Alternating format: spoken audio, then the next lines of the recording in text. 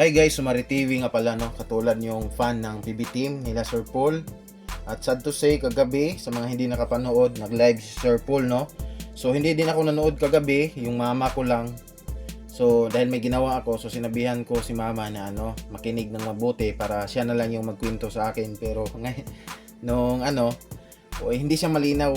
Hindi malinaw yung kwento niya, kaya minabuti ko na lang ngayon na panoorin ko mismo yung live ni Sir Paul kagabi no. So kakatapos ko lang manood guys, at alam ko hati ang ating mga opinion, kaya minabuti kong i-check din kung ano yung mga opinion ng ibang supporters ng Chris Pao sa live ni Sir Paul kagabi. Sa mga hindi nakapanood, i-check nyo lang sa YouTube channel ni Sir Paul. Ayun nga, may problema daw ang Chris Pao. Ayon sa kanya, umiyak nga si Sir Paul sa live ayon kay Mother. So i-check nyo sa YouTube channel ni Sir Paul. At dito guys, nanood ako ng mga comment kung ano yung mga opinion ng mga kapwa nating mga viewers, tagapagsubaybay. May isang comment ako dito na babasahin no, Pobring Cebuana, Africa ito. Sabi kasi niya nga, "Hello Sir Paul, hindi ako against kay Krishna. Buto po ako para sa iyo, sir. Pero sometimes wala na siya sa passing no. So ano pa ang tinutukoy na is na daw sumusubra na no, wala na sa passing. Nawala na yung respeto kasi at ease na siya.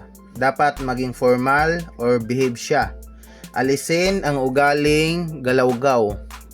Sorry Krishna, gusto kita noong una, mahiyain, tahimik. Nung tumagal, wala na. Bata pa talaga si Krishna." Yes, bata pa naman talaga. "Don't get me wrong, mabait siya pero nagbago na siya eh. Sorry, hindi ako basher. I'm just stating according sa nakikita ko. Kaya sometimes nakakatamad na manood kasi puro siya na lang." Ba? Opinion din yan ni ni ma'am. Mas gusto ko pa nung focus ka Sir Paul sa pagtulong.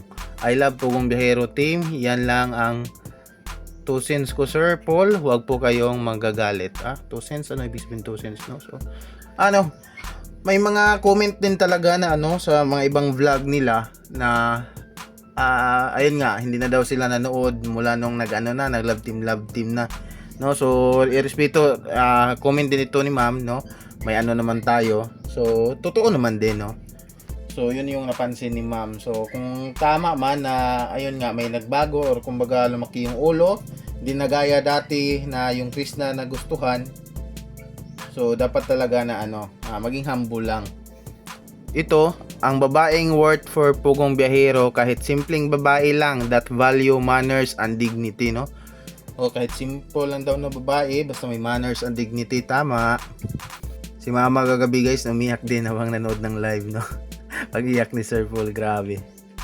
Kaya minsan sinasaway na talaga namin yan si Mother sa pagpapanood ng PB Team kasi ayun, matanda na tapos minsan umiiyak din talaga yan pag may tinutulungan si Sir Paul na talagang nakakaawa yung sitwasyon.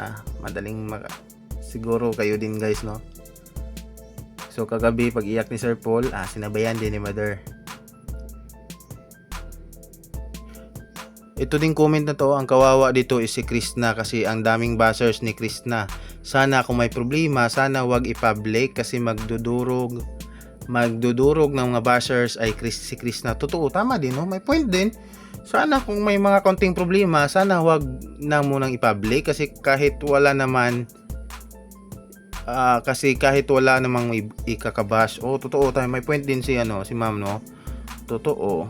Kung pwede lang sana na maliit na problema is kasi kung sino yung parang nagmumukhang may kasalanan is talagang aatakihin talaga ng ibang mga na diretso bash, mababash talaga. Ito din yung itong una nagpinin din ni pininbay ko ni si Sir Paul mismo nagpin sa kanyang comment.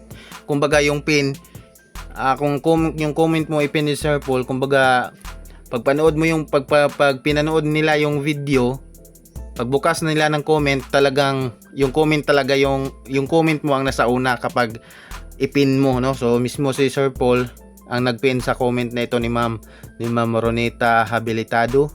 Ayan yung comment niya. "Congratulations Sir Paul Pugong Biyahero for that bright and admirable decision. Salamat sa Panginoon at nakabalik na ang hero ng nasa Davao. I'm glad bumalik ka na sa original na Pugong Biyahero." Ayan, ayun nga ano. So, diyan ka namin nakilala at minahal dahil sa inyong pagtulong sa mga mahirap at nagugutom nagugutom. Ingat ka lagi sa inyong pagmimisyon. Ayan. So, ayan mo no. So, doon nila totoo naman doon natin nakilala si Sir Paul sa pagtulong talaga. So, ang una talaga mga charity vloggers dyan na nagpauso sa mga love team is yung mga Kalingap Prab, no? So, ayun. So, ayun nga, dumating si Krishna, nag-love team na din sila ni Sir Paul. So, ayun nga, meron ding may nabasa ko mga comment sa mga una nilang na vlog na mga ano talaga na hindi sila sanay sa mga love team. Kumbaga, mas subaybayan nila Sir Paul sa pagtulong. Pero hindi natin madideny na meron din talagang maraming naka-appreciate sa pagdating ni Krishna, no? Maraming sumusuporta kay Krishna. Tulad nga kahapon yung video ko, yung top 8 nga popular videos nila Unji at ni Kuya Ralph is 8 video sa top 8, 7 video sa top 8 ni Unji ay si Krishna. At 7 video naman sa top 8 popular ni Sir Ralph ay si Krishna, about kay Krishna din. So marami ding nagmamahal kay Krishna. Hindi natin maitatanggi yan, no? Basta alagaan mo ang sarili mo, Sir Paul. Mahal ka namin kahit wala munang Chris Pao, no? So ayan. Not with or without Chris Pao daw, mamahalin din talaga nila Sir Paul dahil hindi sa paglalab team nakilala nila sa Sir Paul, kundi pagtulong talaga sa mga nangangailangan. Sabi ni Mamo, respect natin sila Sir Paul at Krishna, lawakan natin ang ating pag-unawa para sa kanila. Oo, alam naman natin guys. So hindi wag niyo sobrahan yung pagbabash or talaga totoo itong sinabi niya na lawakan yung pag-unawa kasi sa huli naman talaga is magiging okay naman talaga yan sila, no? Yung Chris Pao, 'di ba? For the better. Kahit walang Chris Pao, Sir Paul, andito pa rin kami. Diyan po ako hanga sa inyo. Napakabait niyo po. Sana ganon din si Krishna. Ayan. Okay lang yan, Sir Paul. Kahit walang Chris Pao, walang Krishna, basta may PB team. Yan. Ayun na. Naalala ko yung sinabi ni Madam Yola na sana wag niyong saktan ang damdamin niyan. Dahil mahal namin yan higit pa sa buhay namin. Kumbaga, ang tinutukoy daw dito sinabi ni Madam Yola si Sir Paul, no? Kami rin ang unang masaktan. Marami pong nagmamahal sa iyo, sir, dahil mula pa noon sa hirap ng pinagdaanan nyo, umabot ka ng 4 million dahil marami kaming nagmamahal at higit sa lahat, TB Team ang unang-una nagmamahal sa iyo. Totoo, guys. Pero good sana yun kasi naman nasa tamang na may edad na talaga si Sir Paul. So marami talagang masaya din na dumating si Krishna. Kumbaga nag-expect na talaga na siya na yung babae para kay Sir Paul, 'di ba? So ayan, hindi talaga maiiwasan yung hindi pagkakaintindihan.